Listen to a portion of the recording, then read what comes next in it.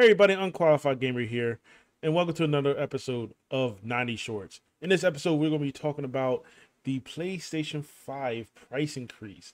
So, on August 25th, 2022, the PlayStation 5 price is to increase in selected market due to global economic environment, including high inflation rates.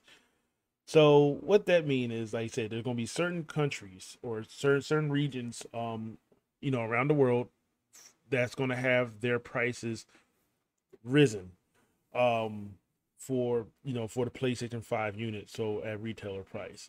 This is actually sort of the first time that, as a gamer, to experience this, and it's wild. Like it's definitely wild. Um, That don't mean go out and rush and buy a system from scalpers, you know. But they are going to increase the price for the PlayStation 5. Now, so the countries that are going to be affected by this is going to be Europe, UK, Japan, and they're saying Japan will be effective by September 15th. China, Australia, Mexico, and Canada. These are the places that are going to be affected by the price hike change. As far as right now, the United States is not affected. The price will still remain as they are now, according on retailers.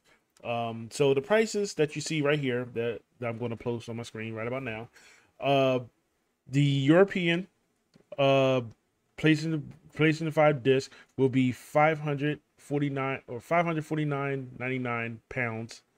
Is that pounds? No, euros. That's euros. I'm sorry. 500 or basically 550 euros.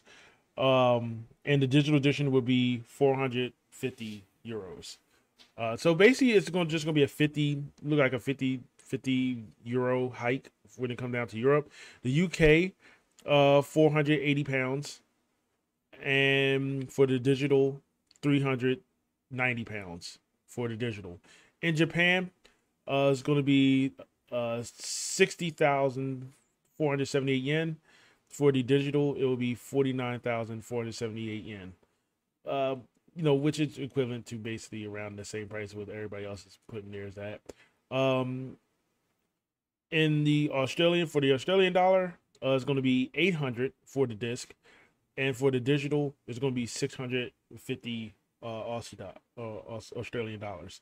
And that's for Australia. Mexico will be 15,000 pesos, and for the digital, it will be 12,500 pesos for Mexico, and for Canada, we got 650 Canadian dollars, and for the digital, 520 Canadian dollars. So that's the list right here that you see right here that I got on my screen. And let's just say, like I said, it's going to be a price hike. It's basically, it seems like it'll be roughly around maybe a $50, $60 price hike. And like I said, it sucks. It really do. It sucks. Mainly for the fact that PlayStation, you didn't have these ready available for everybody to get day one. And I'm not saying like you have to get a date, but we're getting up to what the system came out in 2020, 2021, okay, 2022, 2 years. So we're about to hit up to 2 years of this system coming out, of being out, and it's still very scarce to see these things in stores. Now, granted, I would say this: if you want one, you will get one. And I say that for a reason, because if you do put in the work and the effort to find one at a retail store or follow them to see when shipment comes in, you will be able to get one. I know plenty of people that I know personally that gotten it that way. But like I said, a lot of times, a lot of people who want to play games, or not even just gamers, just people who just want to buy the system to play the games that they like or want to have it in their household, they're not going to follow it like that. So it sucks that they didn't have the units was not in stores like crazy. And I think one of the best solutions that Sony should have done and could have done, and I think Microsoft, I think a lot of companies should do this in the future. Now this is just my opinion here. So like I said, let me know what y'all think what these companies should do to mitigate a lot of the scalping things that's happening. But for one, I think that a lot of companies should follow what Steam have done for their Steam Deck. Yes, you're not gonna get the day one edition for the Steam Deck. It was sold out like pretty much in minutes, just like anything else.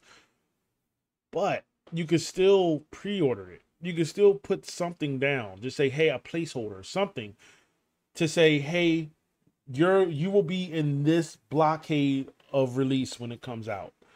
So they'll send you email and everything like that. So you have a chance. It deters people from actually going through scalpers and just saying, hey, as long as I put something down, as long as I have my name on the list, that I will receive one eventually.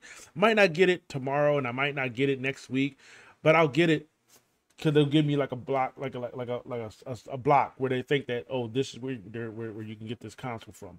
And I think a lot of companies should do that. I honestly don't see why they can't. I mean, to be honest, cut that middle person out.